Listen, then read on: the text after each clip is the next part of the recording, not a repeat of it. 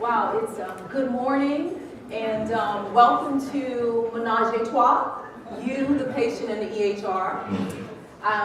It is a true honor to be presenting to you in front of you this morning. So I have you for about 45 minutes, probably 42 minutes right now. In those 42 minutes, I have a favor to ask of you. And that is, would you be willing to reserve your judgment, put it aside, and look at these ideas that I'm going to present to you with an open mind? Someone said sure. I heard one person say sure. Okay, so that's what I ask you. For the next 45 minutes, I promise you, when you walk out that door, you can pick your judgment back up. It's no problem. But just for 45 minutes, if you can think about and just be present with me, because I'm presenting ideas that may resonate with you, and some of them may not. One of my favorite poets, Rumi, sums it up beautifully. Out beyond the ideas of wrongdoing and right doing, there is a field, and I will meet you in that field. And that's what I asked of you this morning. So I'm going to ask one more time, because that really didn't sound convincing. I heard one person. Are you willing to join me in that field? Yes. Yes, that's what I needed. Okay. What are my objectives? I'm going to share some tools and techniques with you that can not only be used for the EHR, but for every area of your life. Because there is one thing that we know. A problem is a problem no matter where it exists, but the most important thing is how we choose to respond to it. This is the expression that I see quite often when I mention the electronic health record to a physician. It's an epic time, but not the good kind of epic, right? It's distress, overwhelm, anxiety. That is real. Is it real? I've read about it, I've studied, I've prepped myself for the presentation. I've worked with physicians, but my question is, I'm asking the experts here. Is that true? Is there some anxiety, some feelings of overwhelm about your electronic health record? Yes. Okay, all right. You can't read this, but I'll tell you, in this particular study, they asked physicians, has your EHR helped to decrease your workload? 72, I'm getting some head shakes right there. 72% of physicians said no. So that got me to thinking. Okay, you have this technology that was created with the intention of moving healthcare into the 21st century. And it's pretty much mandated, isn't it? Pretty much mandated. So you have this thing in your life that you have no control over, yet you have to deal with it every single day when you walk into your practice. What does one do when they have no control over the situation? How does one adapt to it? So at 3 o'clock in the morning, because that's when I get my really, really best ideas, I woke up with the epiphany.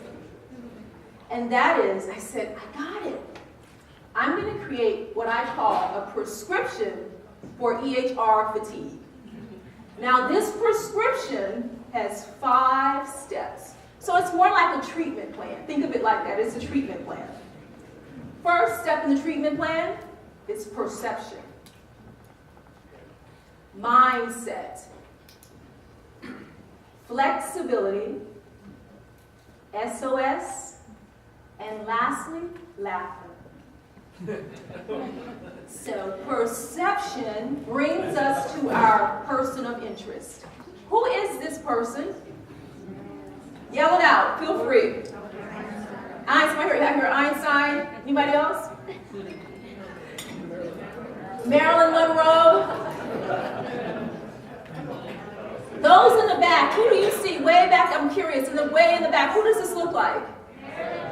Marilyn Monroe. Good job, James. Marilyn Monroe. This is my personal assistant this morning, my husband, James Trapp. Stand up, James, so you can see you. So he's out there filming. So thank you for that.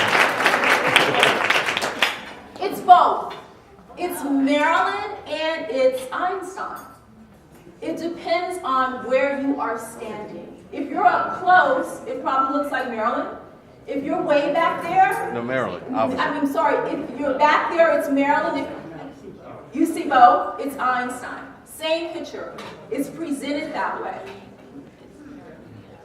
We do this every day of our lives in terms of when an experience or a circumstance we find ourselves in. We look at it, we perceive it, whether it's good or bad, and then we respond to it.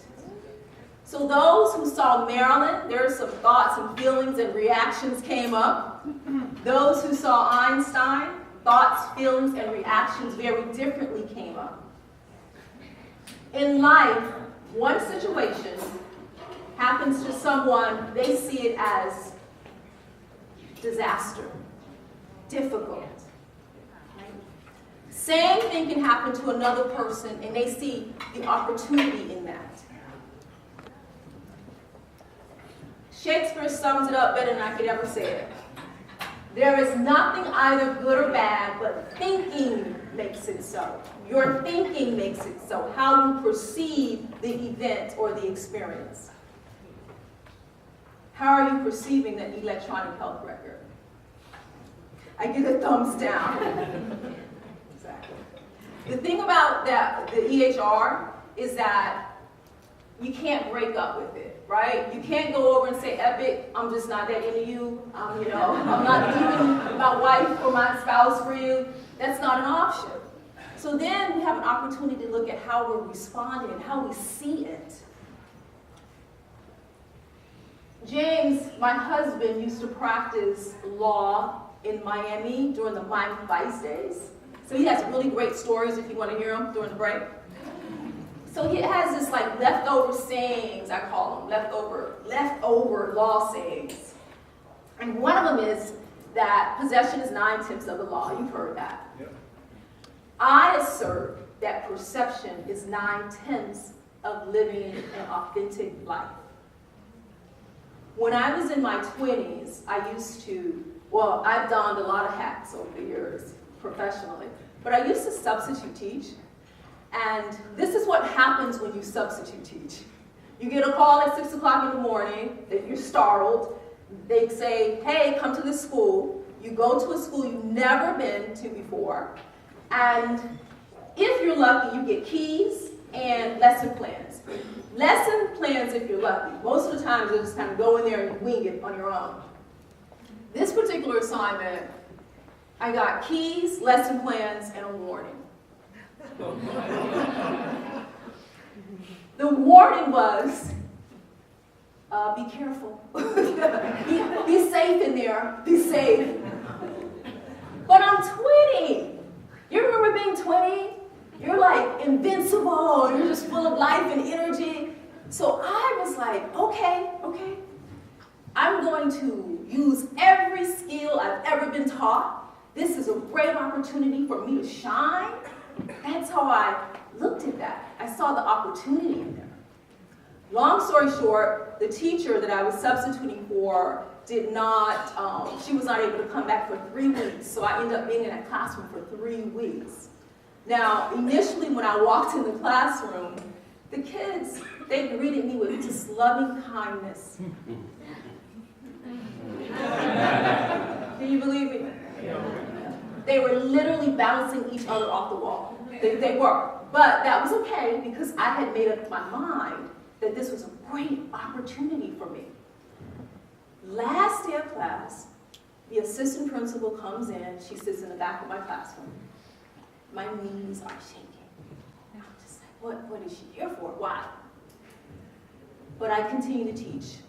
Class ends, the students leave. She walks into my desk and she asks, how did you do that? And I'm saying, do what? how did you get them to sit down like that and focus? You don't understand.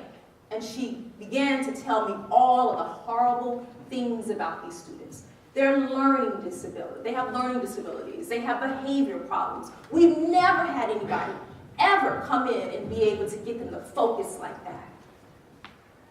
That was perception. See, I saw it as a challenge, as an opportunity. She could see nothing but deficit, nothing but hopelessness. Perception is so powerful. It is my belief that it can transcend. It is my belief that it builds resiliency. These guys, Stoics, awesome, amazing at perception and understanding that once you decide what you can control, life flows from there. You distinguish between the things you can control and the things you can't. What is it that you can control about that EHR system? What's in your power?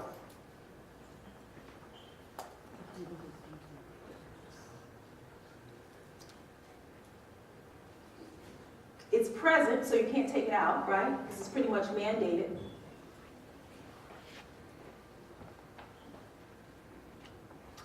These are some, what I call Stoic steps. It's a great philosophy, it's profound, it's deep. I only have 45 minutes with you, so what I did was just pull some of the key tenets that I believe in, that I think that really supports resiliency and meeting challenge and change, which is what every one of you face today in healthcare. One of the first things, as I stated, is control what is in your power. What is in your power? Second is self-reflection. Self-reflection. Self-reflection allows you to create space. So when something is happening, you're not reacting to it.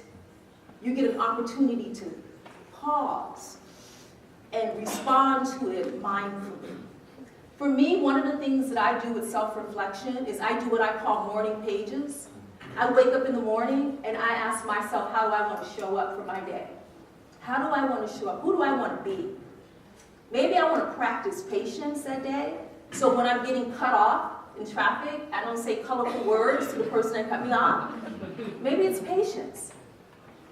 Then in the evening, I kind of look through, how did I do? How did I do?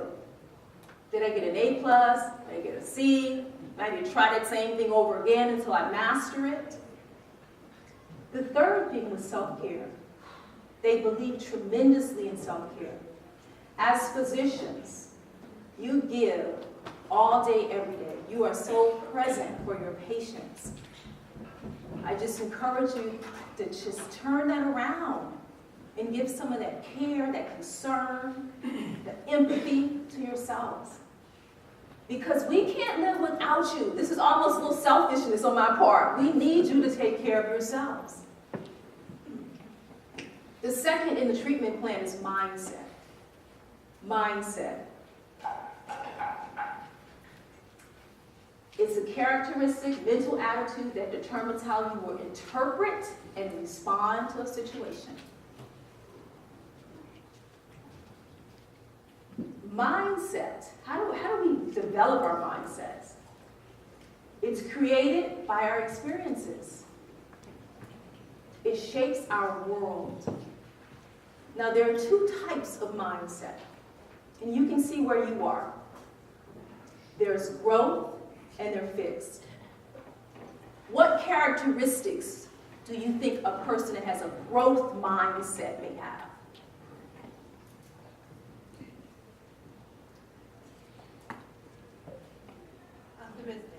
Optimistic. Open to change. Open to change. Number one, they're open to change. Optimistic, they're open to change. They look at a challenge as, they look at a seemingly problem, I should say, as an opportunity. It's like, bring it on, bring the change on. They're about continuous improvement. Change does not intimidate them, it empowers them. They say, bring me more. What about a fixed mindset? Fixed mindset. That's your physician that's on paper charts. That's the one that says the EHR is a fad and it's going to go away. Fixed mindset. That's your person that knows everything about everything. And they're not allowing any information in. This is it. I'm staying in my bubble. The thing about a fixed mindset is it creates blind spots. I had a phone call from a friend of mine a couple of months ago who was experiencing some serious medical challenges. And she wanted me to go to her office visit with her physician because I'm sort of like, you know, what can I say, the advocate in my, because of what I do, work with physicians, everybody wants to come talk to me. So I know just enough to be dangerous. That's what I always say, just enough to be dangerous. And I did attend the visit with her. And it was so interesting because the physician was focused on the EHR and he was focused on his agenda, like achieving his agenda in that visit, right? She wanted him to listen to her story. She needed him to listen to her story. But some of you might know, you may have read, how often does a physician or how quickly cuts a patient off when they're telling their story? 8 seconds. 8 seconds. That's unbelievable. 8 seconds. Boom. And so it was like battle to get the story out because he kept, cutting her off. And even when he finally allowed her to tell her story, he said, no, absolutely not. Because her thought was, she was on several medications, that the amount of medications were causing some side effects. And he just shut her down. He said, no, it's impossible. Okay. So then I chimed in with my little, well, do you think maybe there's just one tiny bit of a possibility that it could be affecting her? Finally, he said, okay, looked through all the medication, and true enough, yes, there was a problem. That's a person that says, I'm the expert, I'm not letting any information in here. No one in this room, I know that, no one in this room is like that. Power of a positive mindset. What can we say? A pessimist sees the difficulty in every opportunity, and an optimist sees the opportunity in every difficulty.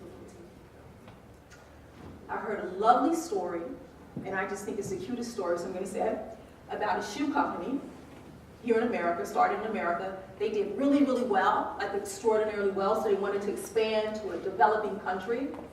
So the CEO sent out his top 2 VPs. Called Sharon, that's the first one. How is it going there, Sharon? What does it look like? Is it a good market for us or not? Sharon gets on the phone and she says, absolutely not. We lose our shirts over here. No one's wearing any shoes. Oh, okay. Hangs up, calls Tom. Tom, what is it looking like over there? Tom gets on the phone. He is excited. We're going to make millions. No one's wearing any shoes. Where's your mindset? I know we're talking about the EHR. I say it again. Where's your mindset? How are you receiving it? How are you perceiving it? How could you perceive it differently? Here we go. Am I right about my problems that I have listed? The 2 phases of the EHR. Steals time away from your patient interactions. Because you got to gather all that data, right? Typing. Steals time from your family. I call it a home record. That's why I named it Ménage a Trois. 3 people. Because that is a third party. It steals time away from your family because you have to go home and you have to document. It's time consuming. Now, on the other side of that is the opportunities. I put them there. But what is the opportunity? Steals time away from your patient interactions. Maybe it's an opportunity to practice presence. An opportunity to learn to slow down. It's a chance to prioritize what's most important to you. Family, your children, self-care. The next step in the treatment plan is flexibility. Flexibility. We call this mind stretching. Healthcare changes. You know, you go to bed, you wake up, it's different. You have to meet another measure, right? You got another demand placed on you. Man, being flexible, like the bamboo who bends with the wind, that's resiliency. Now, I'm physically flexible, and I kind of thought I might do a split for you guys, but this is a very expensive suit, so I thought, no, I won't. But I can, though. I can. I want you to know I'm very, very flexible. But sometimes I'm challenged when it comes to being flexible in areas of my life. So how do you, if you're like me, cultivate flexibility, that thing that builds resiliency? Number one for me is I have to question those irrational fears that come up. When change is afoot, we get scared. Oh. And that fear is driven by, am I going to be able to meet the change, to master it? So in terms of the EHR, it might be, because I've been with physicians who switch over to the EHR, it's a lot of anxiety during that process. So the fear might be, how is it going to affect my productivity? Will my staff be able to catch on to this? Will I be able to catch on to this? It's real. How do you squash those fears? I squash them by reminding myself of what I have achieved, thus far. And for me, in my mindset, when we talk about mindset, I see all of you and I'm thinking, there is nothing that you cannot achieve. You went through medical school. So reminding yourself of your strengths, of your past successes, is how you quiet that voice that's questioning you. The next is to ask for support. Now, asking for support for the EHR might look like leaning over and identifying a super user in your practice. And that super user probably is going to be a millennial. In fact, putting this together, I had some hiccups. I had to call my son. He's in college in DC. He was like, really, Mom? Really? You don't know how to do that? So, but I'm flexible, so I just was accepted. The other part of asking for support goes beyond the electronic health record. It's asking for support in any area of your life that you feel that you need it. You know, asking for support does not mean you're weak. It means you want to stay strong. It's like, I want to stay strong. So you call in your reinforcements. I almost left this part out because I have some physician friends in Miami. They're all plastic surgeons. And I gave them the presentation because, you know, you're a tribe of your own, and I wanted to make sure I was speaking your language, so I wanted some feedback from them. And they said, take that out, take that support thing out. Why? It's like, why? It's because we don't ask for support. That's what they said. It starts from med school. If you ask for support, you look vulnerable, you look weak, so you don't. Now, I'm not a physician, so did they tell me the truth, or did they have a little bit of too much Florida sun? Is that the truth? They told me the truth. That's the truth? Okay. All right. So here's what I have to say to those people that feel like they cannot ask for support. This is my favorite artist. Hello. The young people know who I'm talking about. Sit down, be humble. It may save your life. It may save your life. You know who this guy is? Yeah, that's Dr. Strange. Dr. Strange, for those who didn't see the movie, he is the top of the line neurosurgeon, right? He's a neurosurgeon? Yep. Talented hands, gifted hands, best in the land. His ego is big as, you know, all of the world. What happens to Dr. Strange? Just yell it out. This is interactive. Gets in a car accident, loses all functionality of his hands. He has to humble himself, and he does. And by doing so, he gets transformed into this guy. See what happens when you ask for help? Now he's like the master of the universe. Can spend time and everything. I tease, but honestly, I just, with all my heart, I say, I encourage you to reach out. Joy of Medicine it's a wonderful program, and I am a resiliency life coach, and we have peer groups. We have a wonderful time. I have some people in my group, Lindsay over there. She can attest. We have a great time. We drink wine. We just have a really fun time. But it's fun, and it's also just a wonderful, safe place to share and support each other on this journey. So where does that get us to? SOS. That's our fourth, right? That's our fourth. SOS, same thing. We are interconnected. That is my belief, that we are all interconnected. And so when we come together, we are stronger. We come together, we become more powerful. We don't do really well in silos. We're just not created like that. So that's the SOS piece of the house. And lastly is laughter. When I was doing this, I was like, I'm going to ask them when was the last time they laughed. But you guys laughed so much in the last presentation, I can't ask you that. But I do have a quiz for you. You ready? Yep. Oops. There's my quiz. Read it. You got to read it. Okay. Oh my gosh. There you go. That's for EHR. Right? So, I looked around the room a little bit. So here are your results. I got some test results for you. You ready for the test? Brace yourself. Are you ready for the test results? Yes. If you smiled only, you need a lot more math in your life. If you did that little cute giggle, find one or two more reasons to laugh. And if you laughed aloud, and some of you did, you have just added years to your life. So I congratulate you.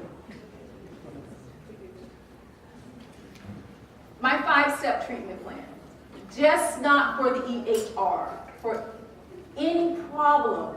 And I don't really like the word problem. I like to say challenge, or opportunity. So that's happening for you. Perception, how do you see it? How are you viewing it? Are you thinking that EHR was designed solely to destroy you? Some physicians I've spoken to feel that way. It's a personal thing. Where's your mindset? Are you being flexible? Are you rigid, fixed in your thinking? Do you allow yourself and give yourself permission to ask for help? And when are you finding that? I read a study the other day that says when you present like I just did, people remember. How much you think they remember? Very little. They remember very, very little. In fact, I think they said after the presentation, within 30 minutes, they've forgotten half of what you said. However, if you do an activity, hint, hint, they remember, what did they say? 3 days. 3 days they'll remember what you shared. And so I have a teeny tiny bit of ego, like teeny tiny, and I'm like, I want to be remembered for 3 days. So my activity. So, that's my cue. That's your cue. I'm going to have to fire him. Steve, could you please help him pass those out for time? How am I doing with time, Lindsay? Am I okay? You're fine. Okay. Oh, cool. Excellent. No, sorry. You got 10 minutes? She's like, oh, okay, so as you're getting this, I think I have about 10 minutes.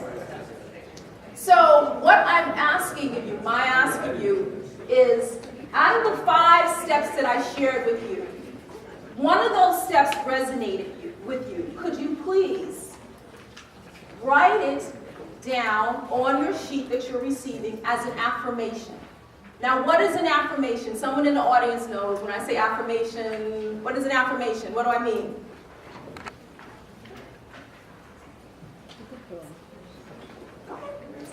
There's no, I heard something back there.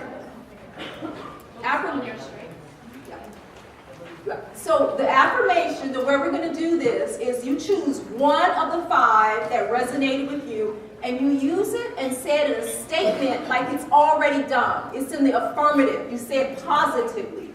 For example, if perception connected with me, I may say, as I change my perception, I clearly see the opportunities presented before me. That's an affirmation. It's stated in the affirmative as if it's already done. For example, when I talked about the importance of support, I could say something like, I accept support and equally give support to my colleagues as we walk this journey together. So an affirmation is simply stated in the affirmative. Now,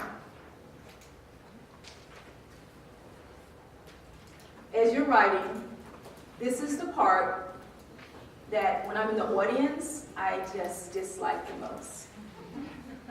And that's volunteer recruiting time. Volunteer recruiting time, but I'm the presenter, so I'm really psyched about this. So I'm gonna give you maybe 2 minutes to write, and then, because I do have something, okay. So I'm gonna give you 2 minutes to write. So any questions about that, or what questions you may have, one of the 5, perception, mindset, flexibility, SOS or LAPper, and then you're gonna write it as an affirmation. Those are just examples. It just means you state it in the positive, in the affirmative. As if it's already happened, like you've already mastered it. So I want to thank you. I'm just sincerely honored to have been able to present to you this morning. I thank you. And I also want to just tell you how much I personally appreciate you. I understand that you are in a very challenging profession. I work with physicians every day. I have great respect for you. Take care of yourselves, okay? So you can take care of me.